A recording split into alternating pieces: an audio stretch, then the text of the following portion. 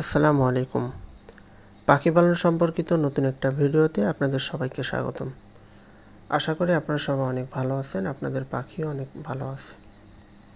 Viewers, আপনারা যারা আমার চ্যানেলে নতুন আছেন তারা আমার চ্যানেলটি সাবস্ক্রাইব করবেন, আর যারা ফেসবুক থেকে দেখতেছেন তারা আমার পেজটি ফলো করে রাখবেন। কিছুদিন যাবৎ আমি একটা বিষয় লক্ষ্য করতেছি যে আপনাদের অনেকের পাখি অসুস্থ হয়ে যাচ্ছে। এমনকি আমার নিজেরও কিছু কিছু পাখি হুট করেই ভালো পাখি কিন্তু অসুস্থ হয়ে যাচ্ছে। তো এটা কেন হচ্ছে? আমাকে অনেকেই মেসেজ করতেছেন যে ভাই আমার একটা ভালো পাখি কিন্তু হুট করেই পাখিটা অসুস্থ হয়ে যাচ্ছে, বা 8-10 দিন ধরে পাখিটা অসুস্থ, এটা মানে ট্রিটমেন্ট কী দেব। তো মূলত আমি আসলে ভিডিওতে বা আমি কখনো কাউকে মেডিসিনের বিষয়টা সাপোর্ট করতে চাই না। এটা কেন করতে চাই না, এটা আপনারা হয়তো অনেক সময় মানে এটা বুঝে যাবেন যে এটা আমি কেন করি না। তো যাই হোক, আমি আমার ব্যক্তিগত বিষয়গুলো বলতেছি যে আমার যে কয়েকটা পাখি অসুস্থ হয়েছে, তো এই পাখিগুলোরে আমি প্রথমে যে ট্রিটমেন্টগুলো দিচ্ছি বা আমি যা যা করতেছি আমি আপনাদের সেগুলোই আর কি জানাবো। আপনারা চাইলে এভাবে করতে পারেন, আপনাদের পাখি আশা করি সুস্থ হয়ে যাবে। কিন্তু আমি আসলে মানে পাখি যখন অসুস্থ হয় এটার আর কি মেডিসিনের বিষয়গুলো আমি আসলে বলি না। এটা না বলার আমার ব্যক্তিগত কারণ। তো এটা অনেক সময় বললে যদি কোনো কারণে পাখিটা মারা যায়, এটা দায়ভার আর কি আমার উপরেই আসবে। তো যাই হোক, এটা নিয়ে যারা খুব ভালো এক্সপার্ট তাদের থেকে জেনে নেবেন। তো আমি আসলে বিষয়গুলো যা যা করি, মানে আমার একটা পাখি অসুস্থ হলে সর্বপ্রথম যে কাজটা আমি করি সেটা আমি আপনাদের জানাবো। আমি মূলত চেষ্টা করি আমার পাখিগুলো যেন অসুস্থ না হয়, এই কারণে আমি খুবই খেয়াল রাখি পাখিগুলো।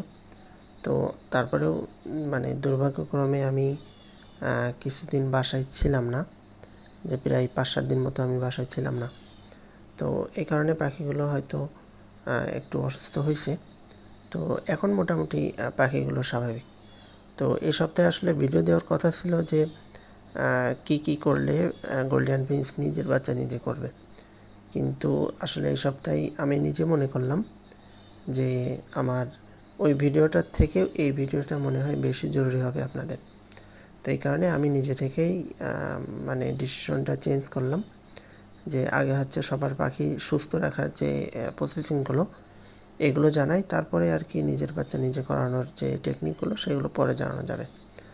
তো আমি প্রথমে করি, মানে আমার কোনো একটা পাখি যদি অসুস্থ হয় তো সর্বপ্রথমে চেষ্টা করি হচ্ছে পাখিগুলোর মানে পাখিটাকে আলাদা করা, মানে অন্যান্য পাখির থেকে আলাদা একটা কেজে পাখিটাকে আলাদা করা।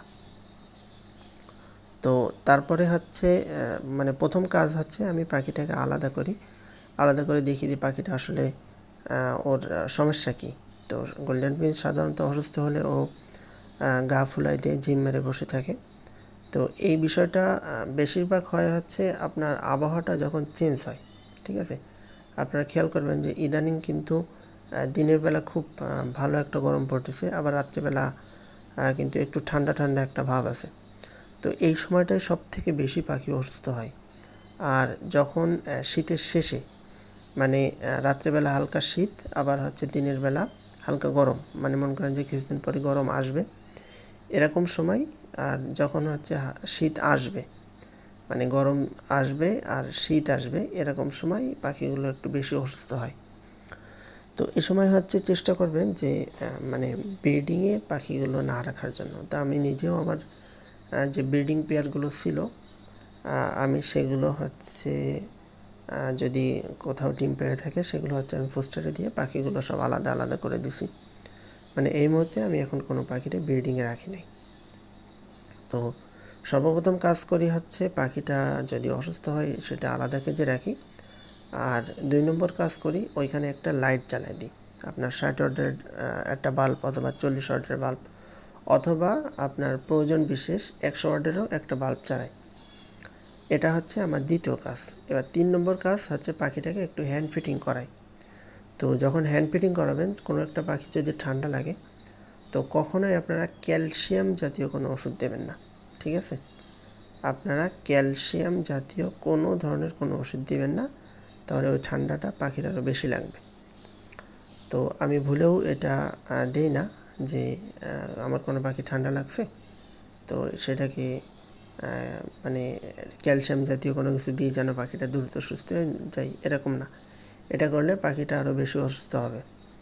তো এই কারণে আপনারা চেষ্টা করতে হবে, মানে আপনাদের সবার চেষ্টা করতে হবে যে পাখি যদি কোনো কারণে অসুস্থ বোধ করে, তো পাখিটাকে সর্বপ্রথম আলাদা একটা কেজে দিতে হবে। কেজের ভিতরে একটা 40 ওয়াট বা 60 ওয়াটের একটা বাল্ব জ্বালাতে হবে। আর 3 নম্বর কাজ হচ্ছে আপনার হ্যান্ড ফিটিং করাতে হবে।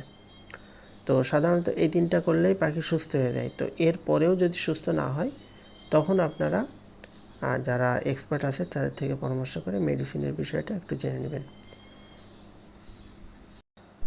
আচ্ছা, এখন ভিডিওতে যে আপনারা লাইটগুলো দেখতেছেন, আবার আপনারা যেন মনে করেন না যে আমার পাখিগুলো সব অসুস্থ হয়ে গেছে। তো আসলে আমার পাখি মানে যে পাখিগুলো অসুস্থ হয়েছিল সেগুলো আল্লাহর রহমতে এখন সবই সুস্থ।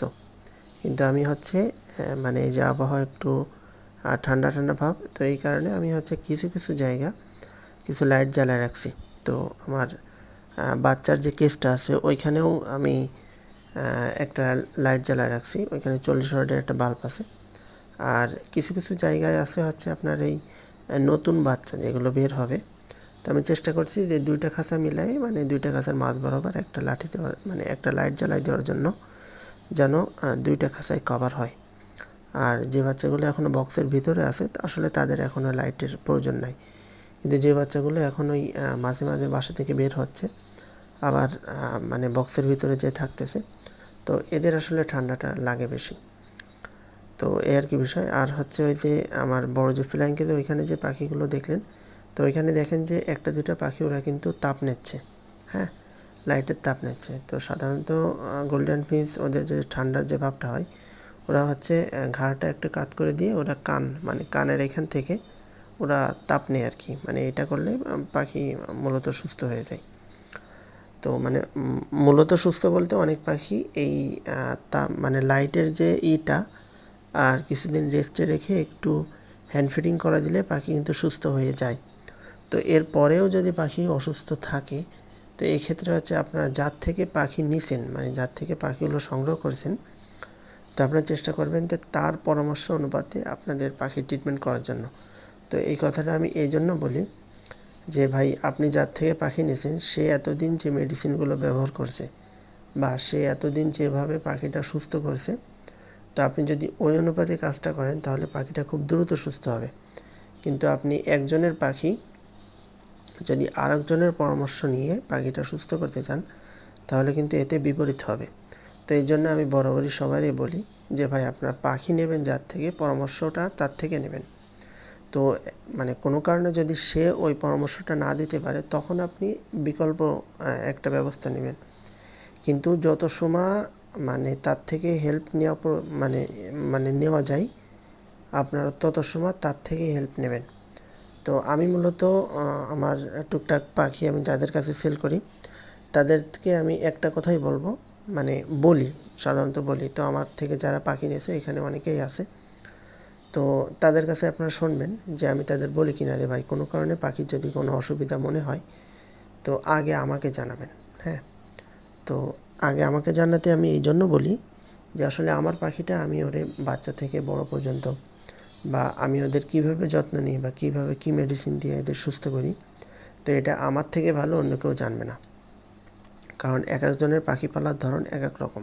হ্যাঁ, কেউ দেখা গেল যে ঠান্ডার ওষুধ মানে একই গ্রুপের ওষুধ মানে এক একজন ব্যবহার করে। তো আমি যে পাখিটা মানে আমি যে মেডিসিনটা ব্যবহার করি, সেটা আমার পাখির জন্য খুব দ্রুত কাজ করবে।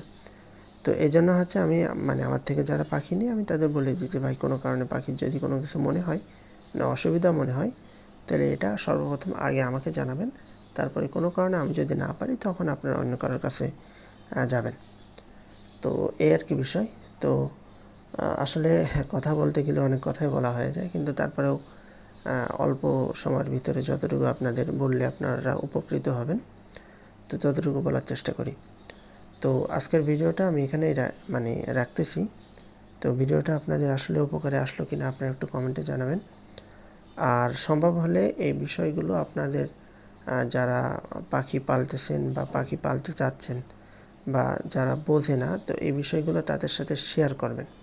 কারণ আপনার একটা শেয়ারের মাধ্যমে সেও দেখা গেল যে বিষয়গুলো জানতে পারবে, সেই পাখিগুলোকে সুস্থ করতে পারবে। তো আজকের মতো এখানেই রাখতেছি। আল্লাহ হাফেজ।